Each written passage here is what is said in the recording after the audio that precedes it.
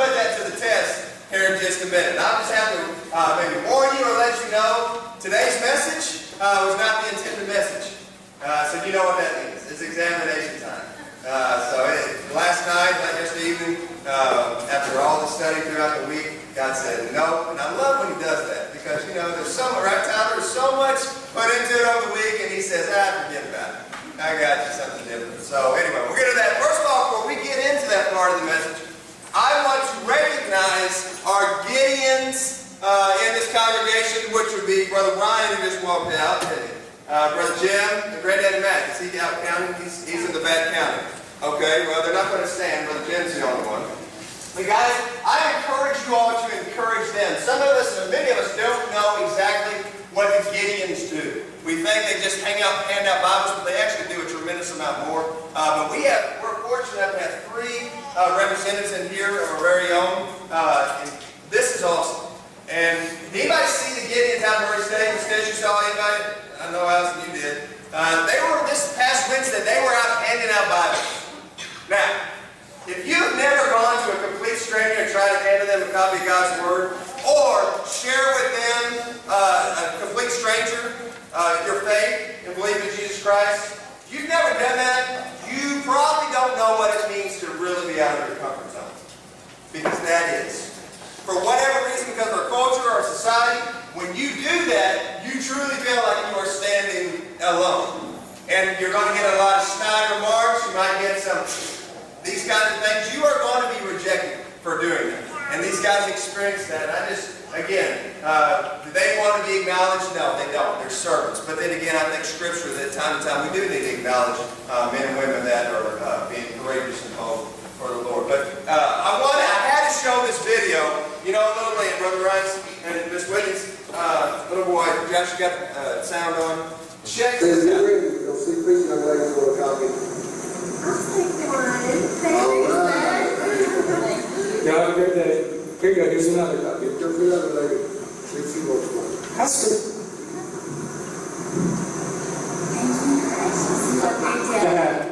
Now, this is awesome, and it's an awesome tactic because they can reject Brother Ryan, Brother Jam, or Granddaddy Mac, but they're not going to reject a little kiddo. So yes, we use those kinds of tactics. Right? It happens, but that was just for the experience. Brother Ryan, he didn't use that. He actually sent Lane home, and he continued the mission there. So, but this is awesome, an awesome opportunity, especially our kiddos seeing us coming forth and sharing God's Word. What an example that we're able to set before our kiddos, not being unashamed, right, and going out and proclaiming the name of Jesus. And that's what we're doing. That's what we're into right now. If you remember, we are in Operation Reconciliation. We're going to be taking the message of reconciliation as we've been looking at. That is what God has given us. That men's sins were not counted against them because of Jesus Christ, if they accept Him, and now the relationship is restored. We're taking that out of the street. And I saw a tweet, I seen some things about Romans 1:16. You guys are looking into that. I didn't give you the verse. Being unashamed of the gospel, right? Of course, the power of salvation is from God. It's power of salvation for all those who believe. It's power in that. The salvation that comes from the power of God is what we're able to take out into the streets. But the thing about it is we have to be unashamed to do that. And many times it's not necessarily that we're unashamed, that we're embarrassed, but we don't feel like we have the skill set to share Jesus with someone. Because what happens is, Brother Jimmy can tell you, that happened Wednesday. When you're going and sharing God's Word, someone's going to ask you a question. So, what does this mean? So, why do you believe what you believe? And what we've done for so long, it's just what the Bible says, right? Hey, just read this. Or hey, just come to church with me. We're no longer going to sell out and do that. And honestly, and if I offend you, I'm not sorry, but we're no longer going to be cowards. Because it's cowardly not to be able to do our own study, our own research, and share with them the gospel of Jesus Christ, and then have evidence to back up. So that's what we're doing on Wednesday nights. This Wednesday, I invite you to come. We're taking lesson 1 and lesson 2, talking about geology. And we're taking those, and we're going to come up with some questions from atheists, some questions from kiddos, and we're going to problem solve. Not me, but you, based on what you learned over the past 2 Wednesdays. And I tell you right now, for those that are not interested, when someone comes to you and say, Did we come from monkeys? Or was there a common ancestor? Or did we just evolve? Obviously, you're going to say, no way, God created us. Is there any evidence of that? Well, yeah, just look at us. No, is there any scientific evidence? Can you back that up? Well, I know this guy. We need to get hold of it. No, we should be able to be the ones that defends our faith based on the evidence. Romans 1, he has made it clear to all. So, that's my pitch. Be here this Wednesday. All right? That's what we're going to be looking at. What are we looking at today? Well, we're starting the other side of it. Okay? John chapter 1. All right? Well, that was the... John chapter 1. If you would open your Bibles up to John chapter 1. Why do I call this the other side? Because, yes, we should be able to defend our faith, show evidence of God, of His creation, the things that He did, back up Bible with evidence. But as we're going this week, we're not necessarily going to sit and start proclaiming Noah. We're not going to start proclaiming all these different things in the Bible. What we're going to be doing is proclaiming Jesus. Right? And then in that, people are first of all going to say, well, it's a bunch of hogwash. And then we might have to defend our faith with these evidences. But primarily, we are taking the gospel of Jesus Christ. John. If you've read through the Gospels, you will see that John's account is a little different. No, excuse me, it's the same, it's just taken from a different outlook. The other Gospels go into greater detail of Jesus' birth, His miracles, maybe the people that were against Him. But what John does, even though he has some of those in there, John focuses more on Jesus' identity, His divine nature. That He's the Son of God, and only through Him may you have eternal life. Okay? That's why we're focusing, because that's the truly the ministry of reconciliation. And we're taken out into the street. Okay? So that's why we're in John. We're going to be here for a little while. It's not going to be as detailed as our study in Corinthians. Okay? It won't. It's going to be somewhat summarized. But this is where we're going to be, so I encourage you to read forward. Alright, so John chapter 1, verse 19. Alright, that's where we're going to start. Obviously, we're starting with a guy named who? John the Baptist, okay? A guy named John the Baptist. I can go into great detail about him, talk about him, but as we grow, as we get into God's Word, we'll see how important he was in the life of ministry and the gospel of Jesus Christ. But I want to make sure that we focus just on the message that God wants for us today, that I truly believe. And it's very simple. Okay? Very simple. Today's message is a reality check. It's an examination of each one of us as an individual. Not our home, not our family, it's just us. So that's what it's going to require. Alright? It's going to require attentiveness. Alright? Let's start. 1 John, starting at 19. Now this was John's testimony when the Jews of Jerusalem sent priests and Levites to ask him who he was. Quick background. I'm telling you, that hot water, I'm exhausted now. Can I breathe? All right.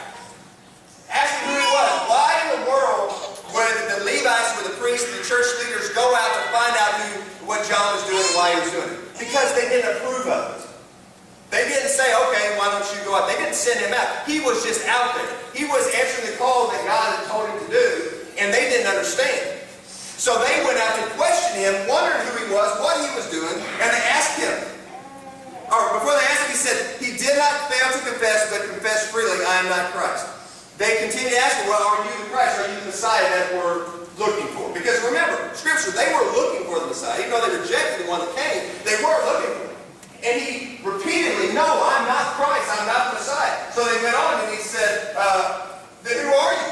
Are you Elijah? He said, I'm not. Are you a prophet? He said, no. Finally they said, who are you? Give us an answer to take back to those who sent us. What do you say about yourself? John replied in the words of Isaiah the prophet, I am the voice of one calling in the desert. Make straight the way for the Lord. He quoted them Scripture, which is so cool, apologetics historically, Tyler. 700 years before this even happened, it was foretold that this is what was going to happen. Cool. But he continued to tell them, no, I'm not even worthy of the one who's coming.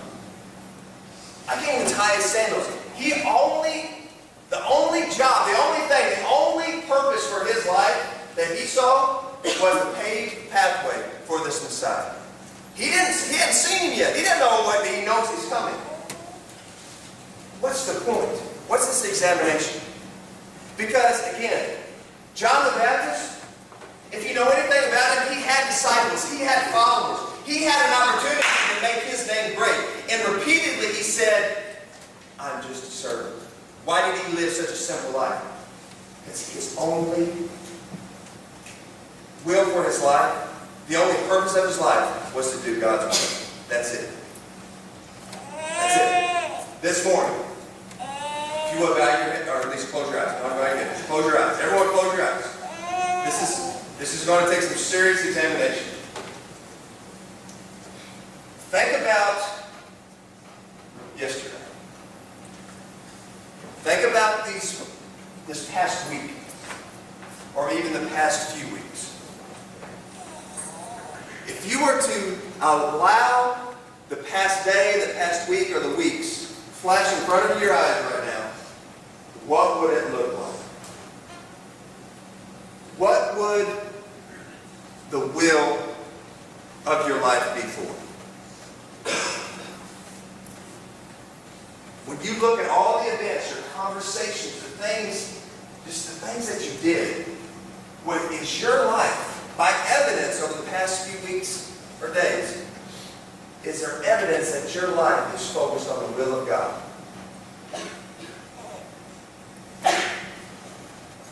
Or was your life focused on elevating yourself? Was the will for your life you? Your name's sake?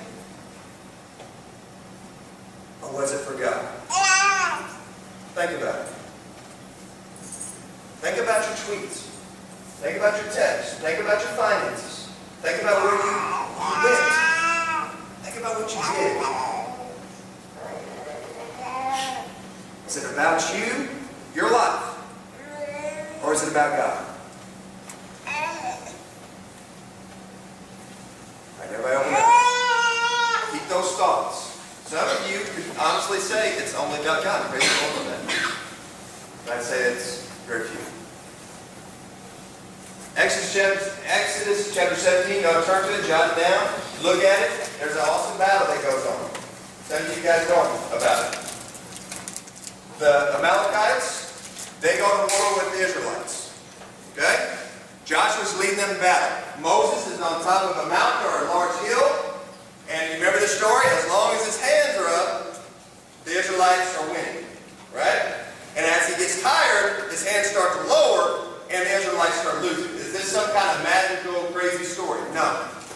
What this means is as long as Moses was giving praise and honor and glory to the Lord, they would win. And when his hands would go down, they would lose. So what they did is Moses would get tired, they set him on a rock and they held his hands up because they wanted to win.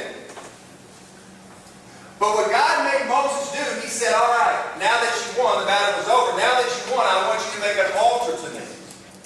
And when you build this altar, I want you to call it, the Lord is my banner. So that everyone will remember that is the Lord that is over you, the Lord that is allowing you to win, the Lord that is blessing you, the Lord that is making you prosperous, no one else. As we thought about these past days, weeks, think about the banner that's over you. If you could walk around and hold a banner, would it say, the Lord? The Lord. Jesus. Or would it say, me? What does your banner say? Does it say your name, or does it say the Lord? Does it say your kids' names, or does it say the Lord? What is the banner over you this morning?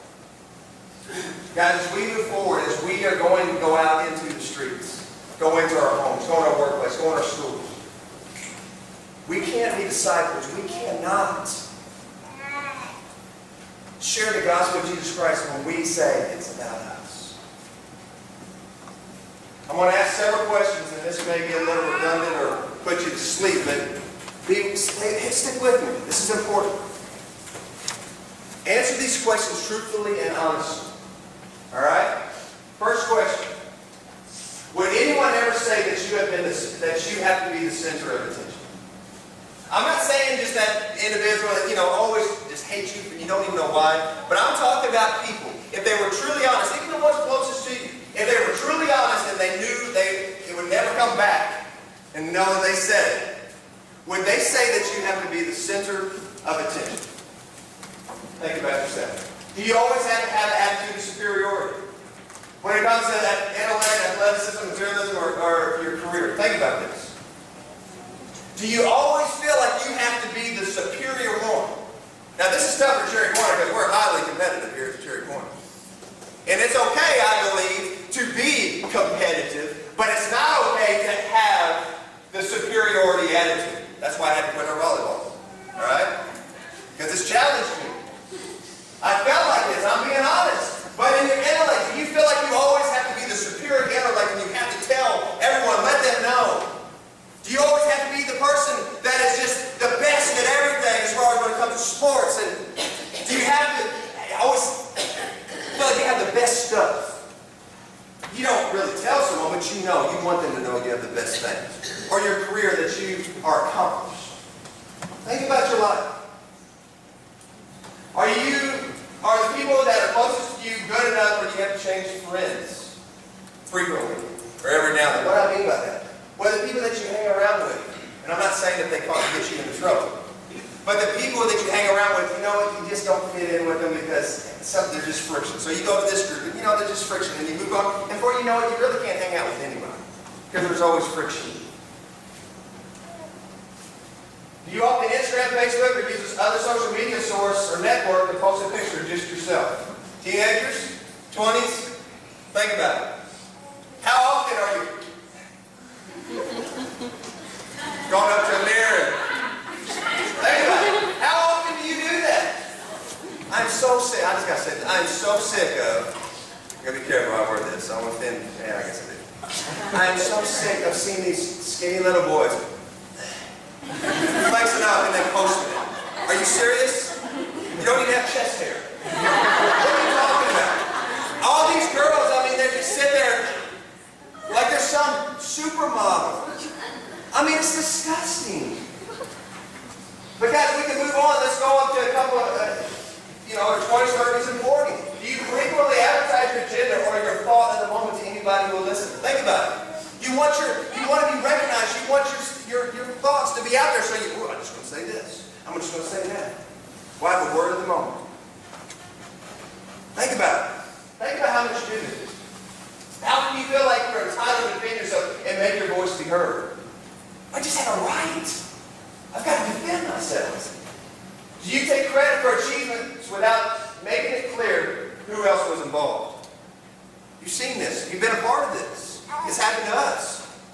Someone, that's such a good job. Man, this looks so great. Well, yeah, thank you. But you never mentioned, well, really, it wasn't even my idea. So-and-so did it. And you know what I'm talking about?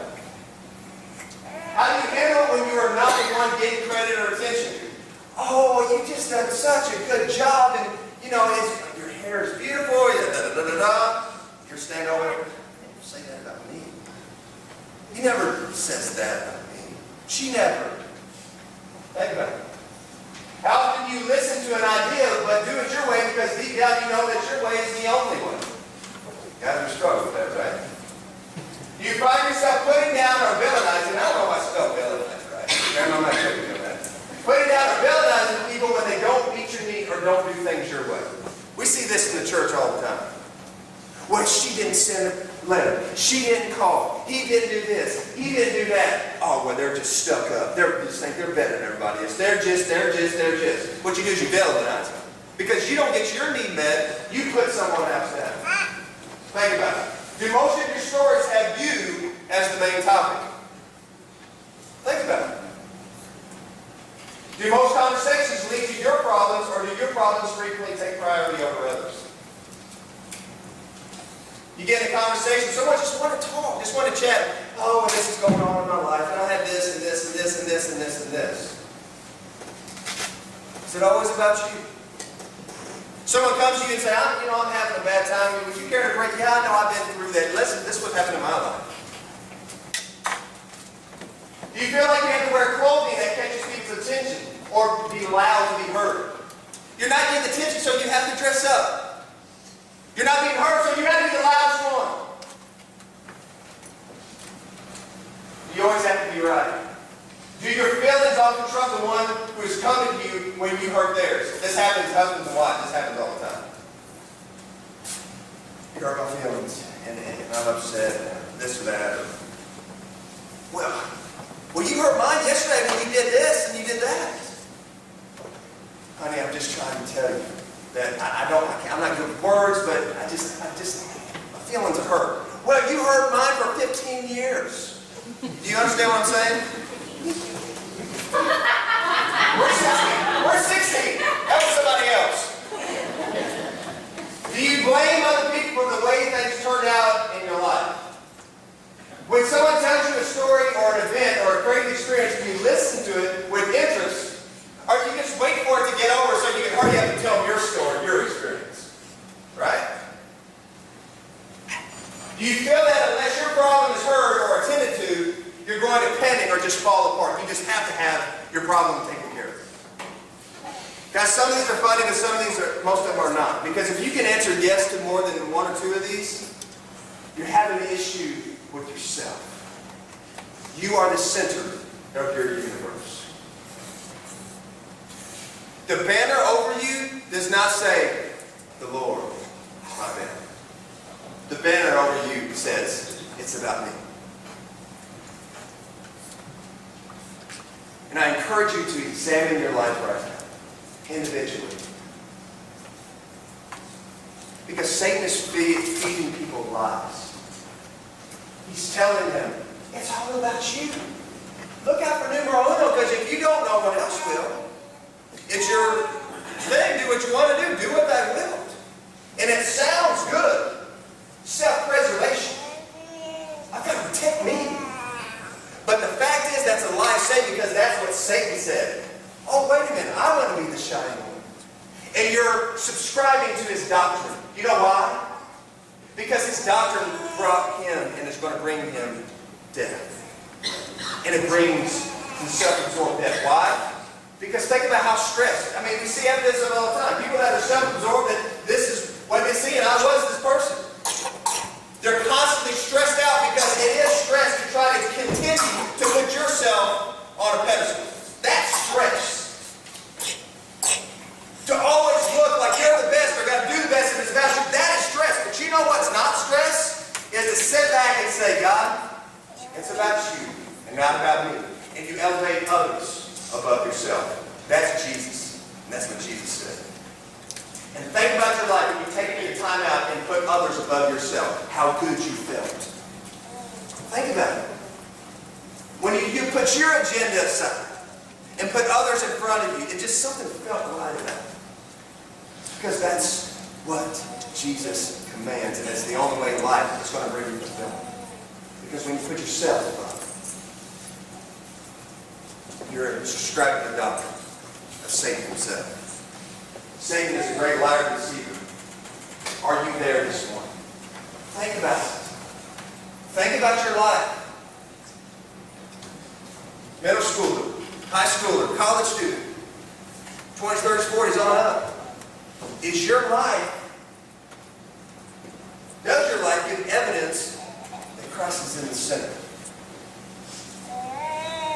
Wrapping up, don't you be simple.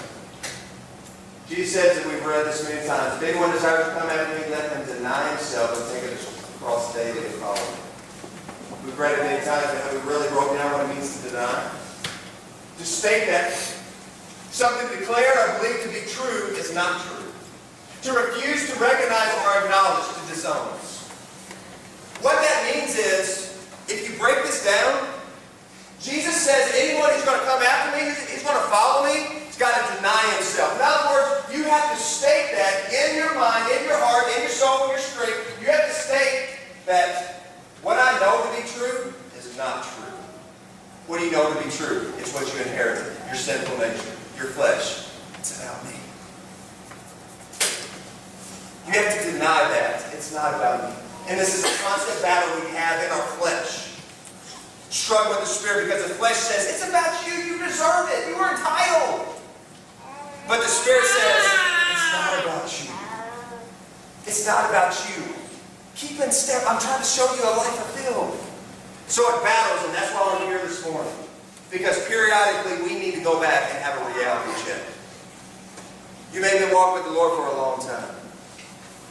You may have been walking with the Lord for a short time. You've been on fire, but you have to remember that Satan wants to completely deceive you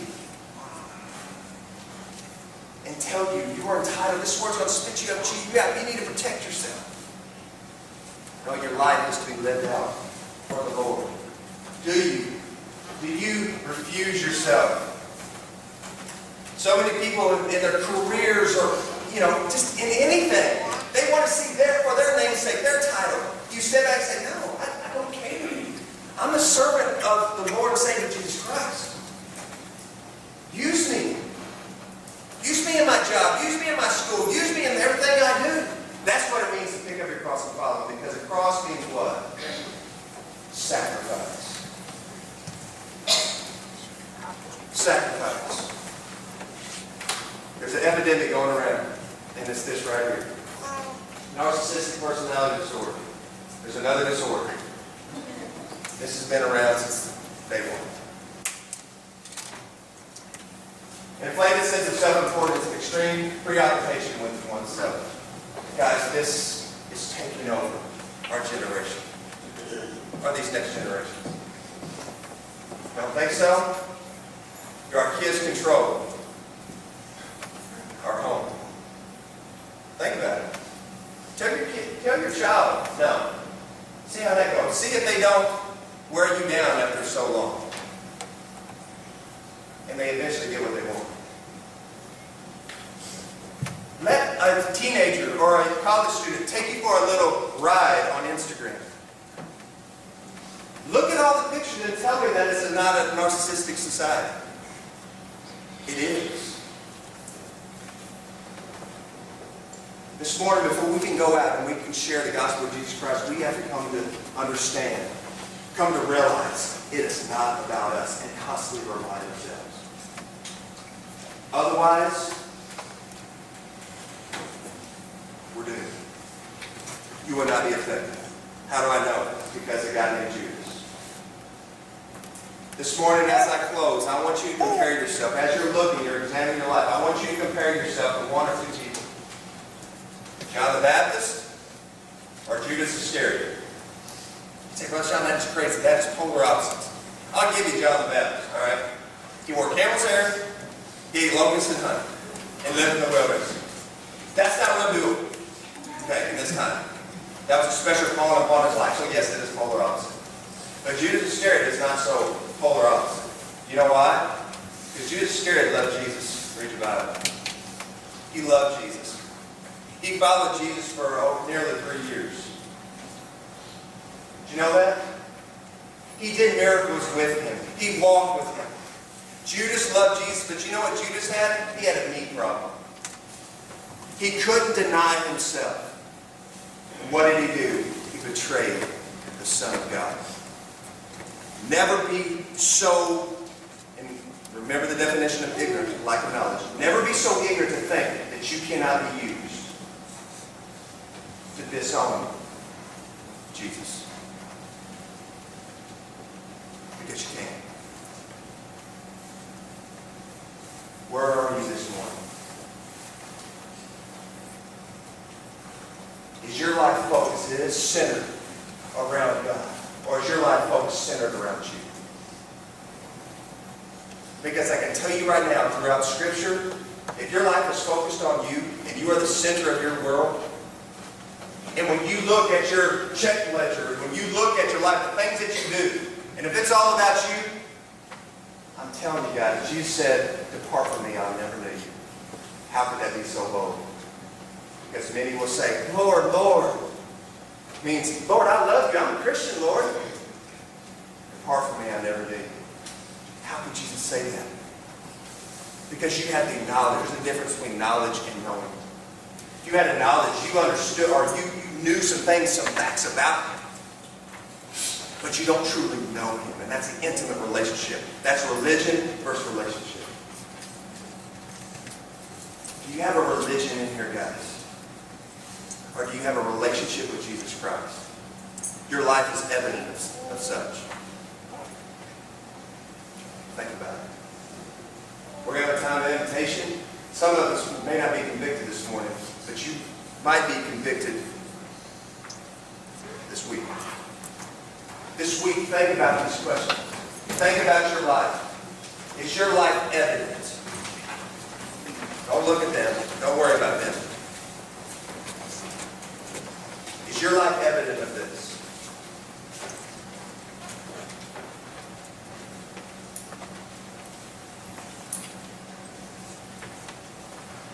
As we close, we're going to sing Take My Life.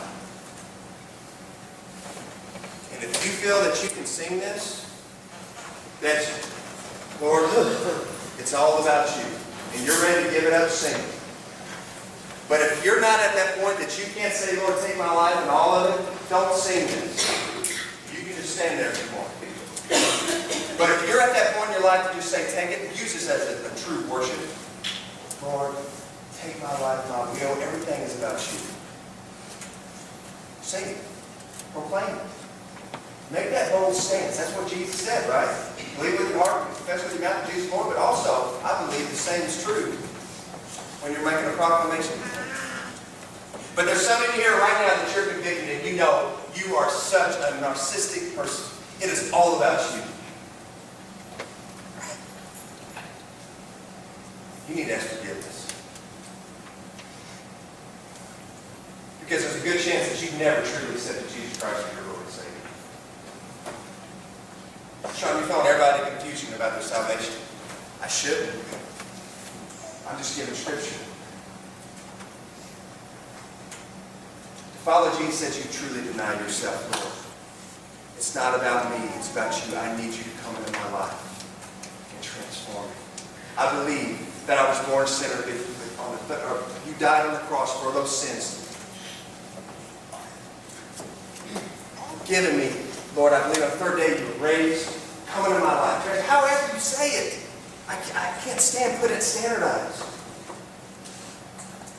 Accept Jesus as Lord. True. The Bible says with your heart, with your mouth. Do you need to do that this morning? I encourage you to do it where you are. Come to this front pew. I'll pray with you. Someone else will pray with you. But I encourage you to say this. Lord, it's been about me. I confess that, Lord. Come into my life. Whatever it is. Do it verbally, though. What do you need to do? This is an examination of the individual. I don't know where anyone is right now. I can speculate, but that's between you and God. And don't worry, we're not going to close in our prayer circle, so don't think about the time. Well, we still have that to do. No. This is all we want to do, okay? Are you right with the Lord? So now we take the Lord's Supper. We take 5 minutes to make sure our heart's right, prepared to take the Lord's Supper. I think it would be good that we do it this morning at the altar. Or we're going to count this pew as the altar. Let's stand. If you're ready, boldly proclaim that Lord is to take your life. Do whatever it is He wants. Sing this. If you're not really ready, don't.